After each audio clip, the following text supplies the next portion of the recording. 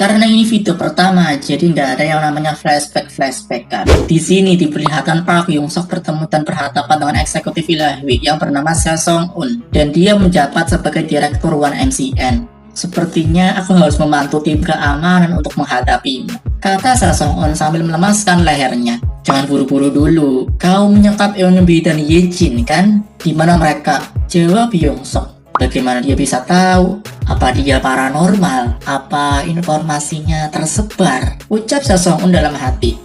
Mereka berdua. Mereka kan bagian dari streamer perusahaan kami, perusahaan One MCN, dan kami mendidik mereka secara langsung. Jawab Seo Sung Un merapikan jasnya. Seharusnya perusahaan kalian itu tidak menculik anak di bawah umur. Mereka disuruh siaran langsung kan? Kalau kau bersikeras tutup mulut, ya nggak apa-apa sih.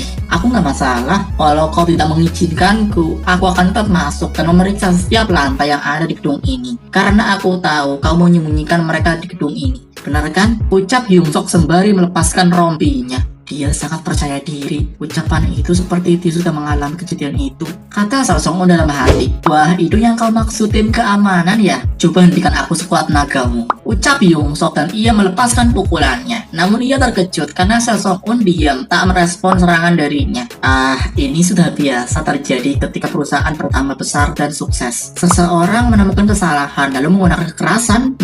Jangan bilang kau belum sadar dengan situasi ini ya. Kau sekarang ini berada di perusahaan biasa, dan yang sekarang kau lakukan adalah tindakan kekerasan terhadap karyawan perusahaan. Kau mau memfitnah dengan tuduhan mengurung atau memenjarakan para streamer. Jelas-jelas kau tidak punya bukti sama sekali. Sepertinya kau salah mengira ya. Mereka semua bukan tim dari keamanan, melainkan mereka itu tim hukum atau pengacara yang disewa untuk perusahaan kami. Kau sekarang ini sedang menghadap sama tim pengacara perusahaan ini, tapi kau malah melakukan tindakan kekerasan pada direktur perusahaan. Ketika seseorang tidak memiliki bukti yang kuat, itu namanya pencemaran nama baik, dan sudah dipastikan berujung dengan penjara yang sesungguhnya. Ditambah lagi, kau melakukan tindakan kekerasan pada direktur perusahaan, di mana direktur perusahaan itu tidak berniat untuk melakukan serangan. Kau salah besar, Park Hyung Suk. Mau panggil polisi sekarang? Kau tahu kan hasilnya? Siapa yang akan terlihat seperti orang jahat? Apa kau masih percaya diri? Memang umur kita sama atau seumuran gitu,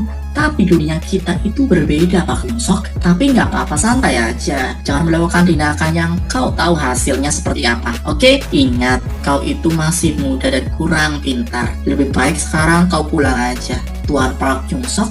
Ucap Seo Sung Un meninggalkannya. Untuk pertama kalinya aku tiba frustasi, dan itu dengan hukum. Aku tahu mereka ditahan, tapi aku nggak tahu harus berbuat apa sekarang. Aku ternyata masih seperti yang dulu, kata Hyung Suk memandang ribuan bintang di langit. Lelaki yang bernama Park Hyung Suk sudah menemukan perusahaan ini, dan dia tahu nama perusahaan. Sebaiknya siaran dewasa One MCN harus ditunda selama 3 hari. Tunggu semuanya aman dulu deh, ucap Seo Sung Un pada para pengacara. Tunggu dulu, direktur. Apa 3 hari itu terlalu sebentar ya? Kita harus cari aman, direktur. Prestir juga mengatakan sebaiknya berhenti selama 1 bulan. Jawab kedua pengacara itu. Gak apa-apa, 3 hari sudah cukup kok, kata Seo Sung Un dengan tegas. Park Hyung Suk, aku nggak tahu cara apa yang kau gunakan untuk menemukan sisi gelap perusahaan kami. Namun terima kasih, kita jadi lebih berhati-hati karena kau, ucap Seo Sung Un dalam hati. Lalu layar berganti menuju 2 gadis hostel. Pengumuman dari One MCN, karena ada suatu masalah, mulai hari ini sampai 3 hari seterusnya, siaran dewasa kalian ditunda,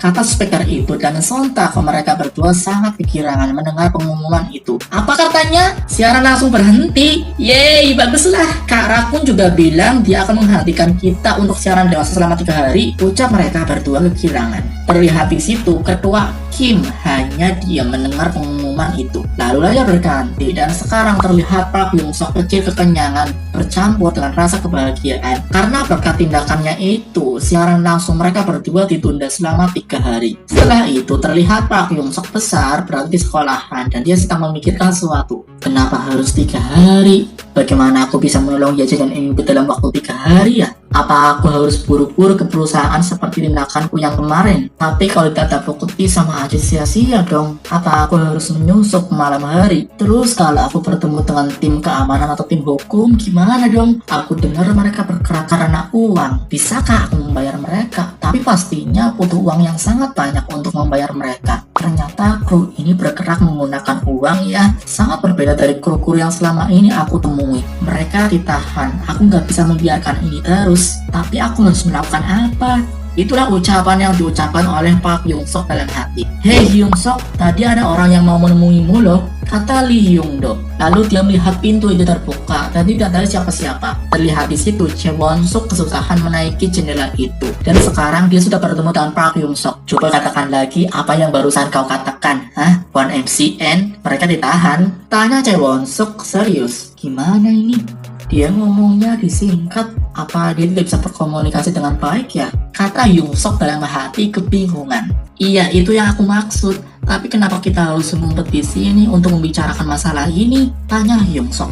Karena kalau Jang Hyun tahu, dia akan ke sana. Dia harus belajar. Aku sudah menemui mereka dan mereka menyuruhku pulang karena kesalahpahaman. Jawab Chae Won Sok. Ternyata mereka membohongiku. Aku kira perusahaan itu perusahaan normal, tapi ternyata kalau saja aku tahu, aku nggak akan membiarkan mereka berdua ke sana untuk menjadi seorang bintang porno. Ucap Chae Won Suk dalam hati. Aku tahu, kata Chae Won Suk. Tahu apa? Apa yang akan kau lakukan? Jawab Park Hyung Sok. Aku akan mencari anak-anakku. Aku nggak peduli sekarang. Mereka harus diberi beberapa pukulan. Ucap Chae Won Suk. Apa kau punya bukti? Cara itu nggak akan berhasil. Mereka bisa menyembunyikan korban secara diam-diam. Mereka juga punya tim hukum atau pengacara untuk melawan kita. Jika kita ditangkap polisi, tidak ada orang yang bisa menyelamatkan gadis-gadis itu. Ungkap Hyung Sok serius. Terus gimana? Apa yang harus aku lakukan? Hanya menunggu dan menonton gitu? Tanya Chae Won Sok melotot. Bukan itu maksudku. Kita harus cari cara lain. Jawab Hyung Sok. Aku beri kau waktu 3 detik. Jika dalam waktu 3 detik kau tidak bisa menemukan cara yang ampuh, aku akan kesana dengan caraku sendiri. Kata Chae Won Sok melotot. Apa? 3 detik? Aduh, gimana ya caranya? Ah iya, aku tahu. Ucap Hyung Sok dalam hati. Lalu mereka berdua menemui Koji, sang peretas jenius di ruangan komputer. Hah? Kau memberiku waktu 3 detik. Kau ingin aku membantumu menemukan cara lain supaya bisa masuk ke gedung itu kan? Kau berusaha menekanku ya? Terus emang aku bisa membantu kalian? Kenapa aku harus menolong pengemis yang tak punya uang? Kalaupun ada gadis-gadis kaya raya, aku belum tentu bisa menolong mereka. Ngomong-ngomong, aku nggak bisa mengobrol sama pengemis lebih dari 3 detik. Hush, sana.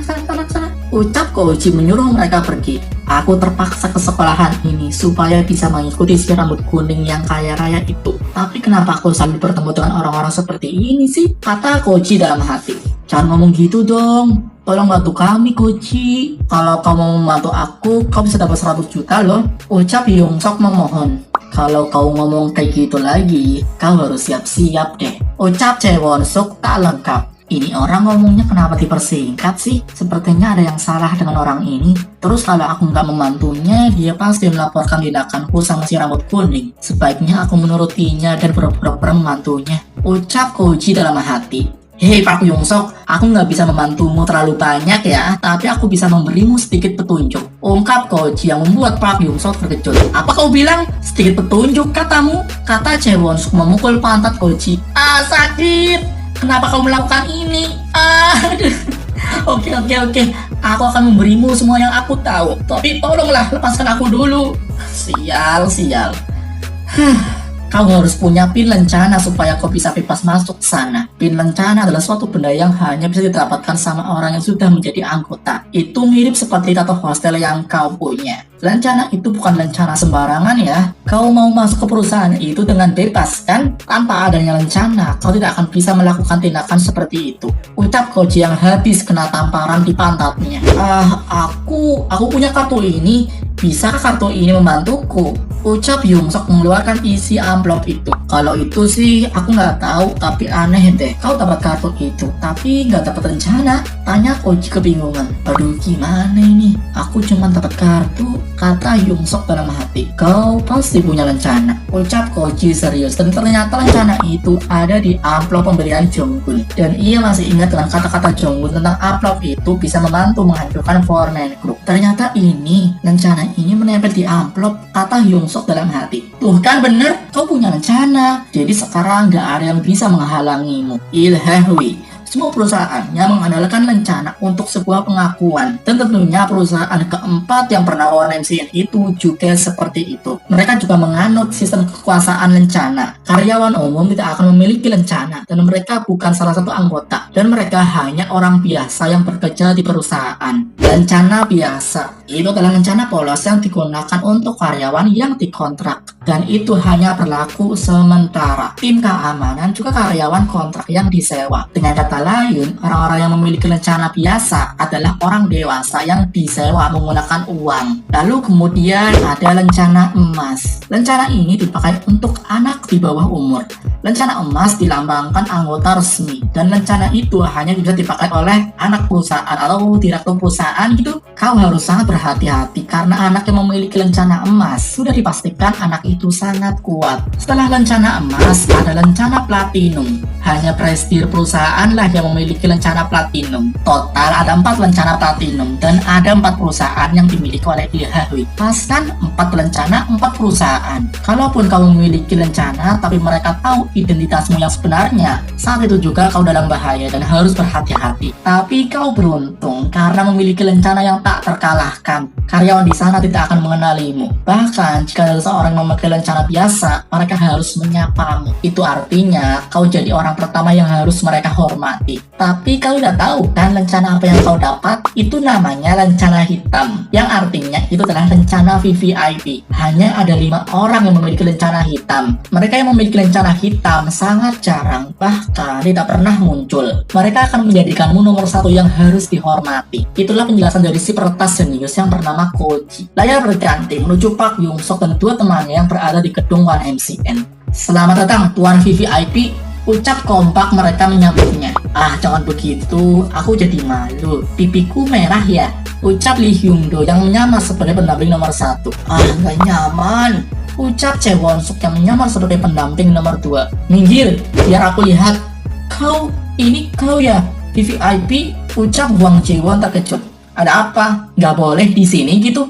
Jawab Lee Hyung Do. Ah, bukan begitu. Maaf ya Tuan, aku terlambat menyambutmu. Perkenalkan, aku adalah presidir dari perusahaan keempat, Hwang Jae-won.